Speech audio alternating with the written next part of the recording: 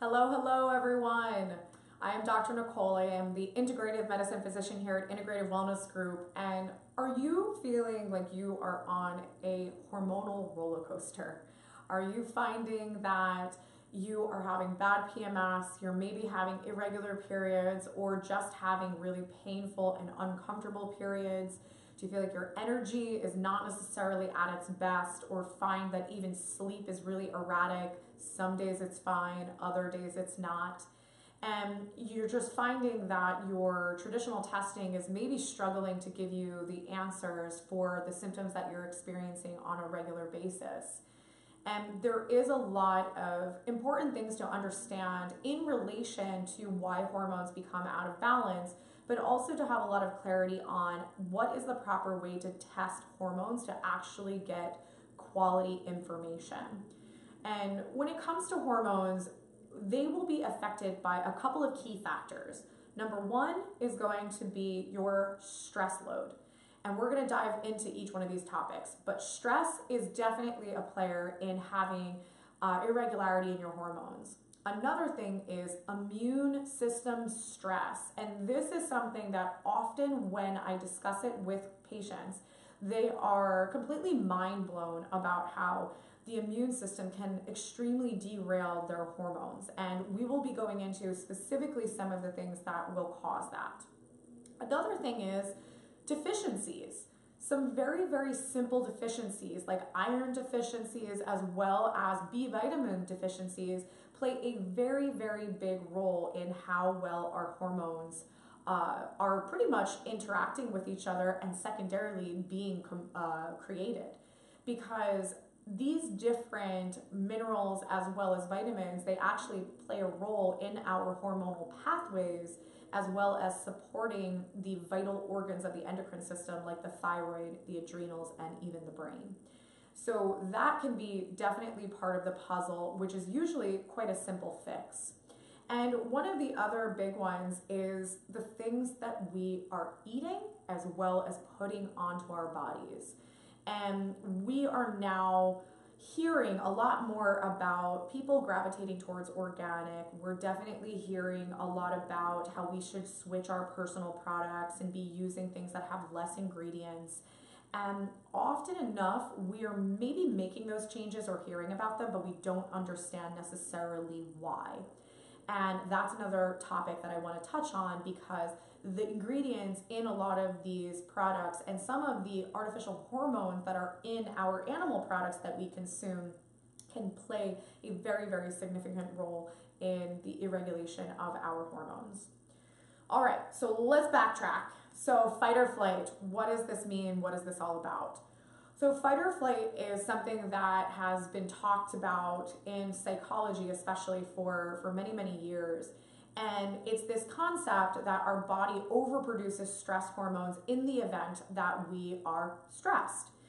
But the thing is that you don't necessarily have to be emotionally stressed to go into this fight or flight mode. It could easily be just the fact that you are burning the candle at both ends because you're trying to juggle work, you're juggling your family, and you're just doing a lot and pretty much moving your body towards burnout, or maybe are already in burnout. So these are different things that will actually suppress our regular hormones, our thyroid, our estrogen, progesterone, and even testosterone. So we will often have a suppression of our hormones due to fight or flight. And think about it this way. If you are in the woods about to fight a tiger or run, aka that's what fight or flight is, there is a few things that are not important, and one of them is reproducing. So this is one of the reasons why the hormones will be suppressed, because it's allowing for all of your energy to allow you to survive. So getting out of this stress, burnout, burning the candle at both ends mode is extremely important for your hormones to balance. So another really, really important one that no one is talking about is the fact that your immune system plays such a significant role on your hormones. And primarily what I mean by this is an example that I feel like a lot of women especially can relate to. And when you get your period or you are getting close to getting your period, many women describe PMS. Some women get migraines, some women start to notice their bowel movements are off, some women just get very moody, some women crave things, and it's all across the board called PMS, but PMS means something different to everyone. So the primary reason why this happens is because as your body is preparing for your menstrual cycle, much of your energy gets derailed to support and get your body ready for the menstrual cycle. So if your immune system was stressed and most of your energy was really supporting your immune system to fight that low-grade infection that you have, then that will get derailed to then prepare for your menstrual cycle, and you will have an array of different symptoms that we call PMS. It's not necessarily PMS, it's actually more of what is going on in the background with your immune system. So if you have different things that are stressing your immune system, maybe you have a history of urinary tract infections, maybe you constantly have sinus infections, maybe you just have, asthma, or you have food allergies. These are all immune stressors. This is going to be something that needs to be fixed before your hormones will balance. And if you have gone down the path of getting some type of hormonal support, maybe you've taken bioidentical hormones, maybe you've done hormone replacement, maybe you've just done supplements and you felt better and then you got off of them and went right back to square one, is because you probably had an issue going on in the background that was not addressed by just working on the hormones. So if you have not had success with your previous treatment, you really want to start thinking outside the box and get more elaborate testing to understand if there's more going on. One of the biggest immune stressors that will completely alter your hormones is actual mold toxicity. And when I say mold, this is molds that, yes, you can sometimes see, sometimes you can't because they're behind drywall or in ventilation systems. But toxic mold exposure will completely alter your hormones. One of the biggest things that you will notice is that you might actually have elevations in your testosterone, you might have elevations in your estrogen, you might notice that you're gaining weight and you can't lose it, you might even develop cysts on your ovaries, also known as polycystic ovarian syndrome, and you might also notice that you are urinating a lot because there is complications with your anti-diuretic hormone. So these are all things that are actually tied to hormonal imbalance that is due to mold exposure. And we've done many podcasts on this. For those of you looking for more information, you can check out Integrative Wellness Radio to learn more about how mold affects your hormones.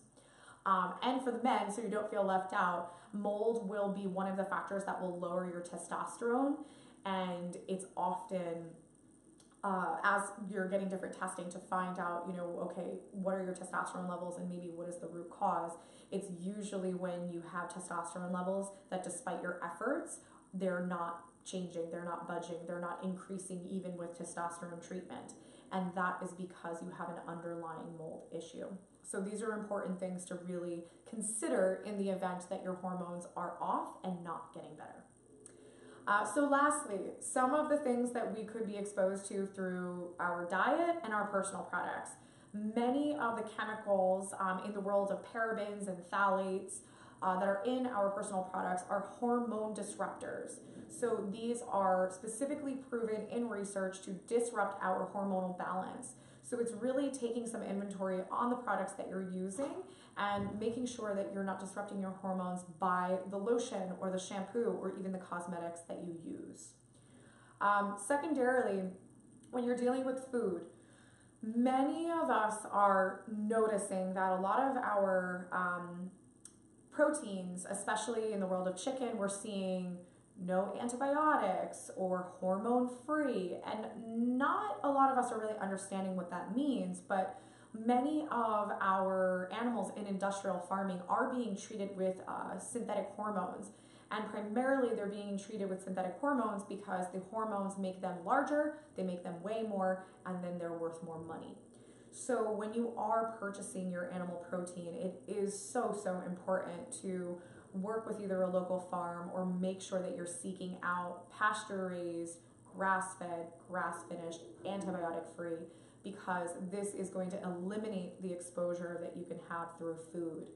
And a very relatable example to this is that a lot of people are noticing that women are developing at younger and younger ages.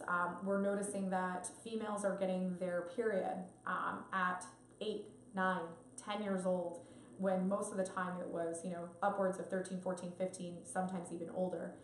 And we're noticing the development of breasts and the development of curves at younger and younger ages. And partly this is because of a lot of the hormones that people are being exposed to through food. It is also another reason that males are developing gynecomastia, which is fat deposits in the breast tissue. And this is actually due to an overload of estrogen.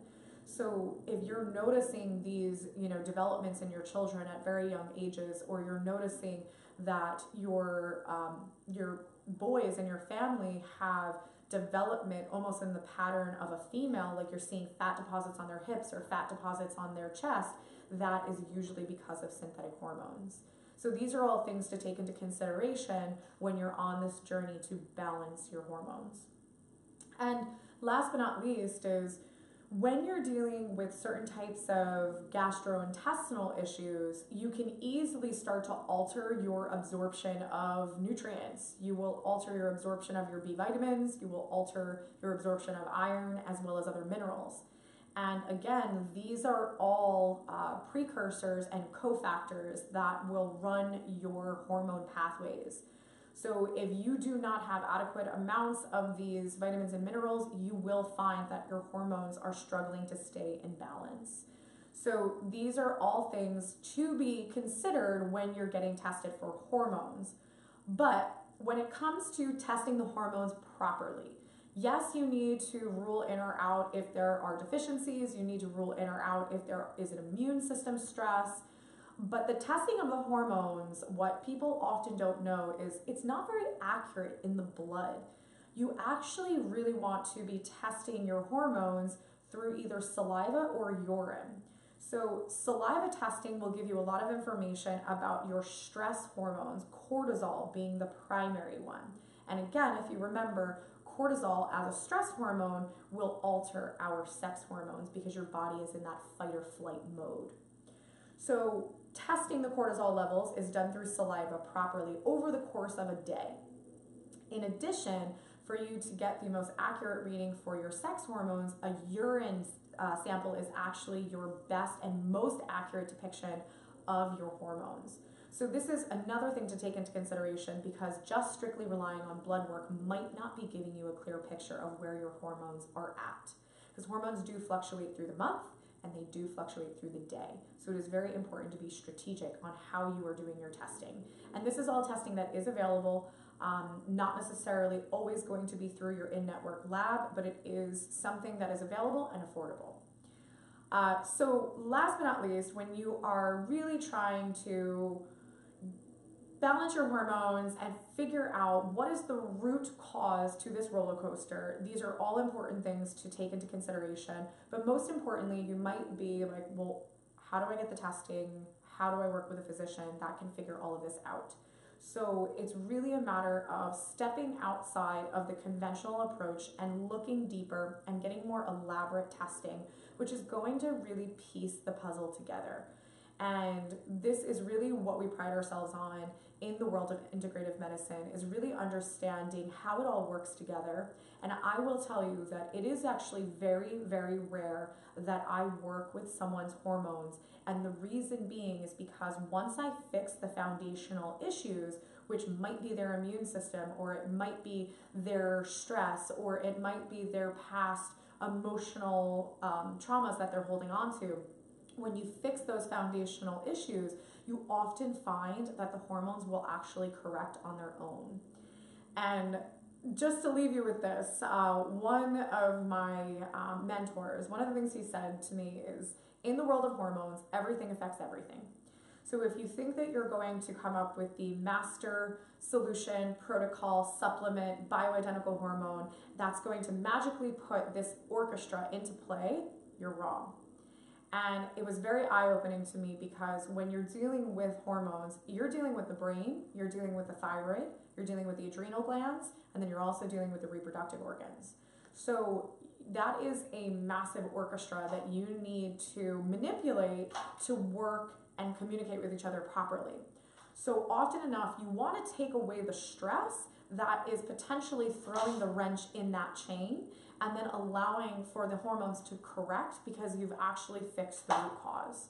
So these are all different things that we do here at Integrative Wellness Group. So check out our website, integrativewellnessgroup.com, to learn a little bit more about our functional medicine approach, to learn how we dig deeper, do very comprehensive testing to really understand the bigger picture behind your hormones.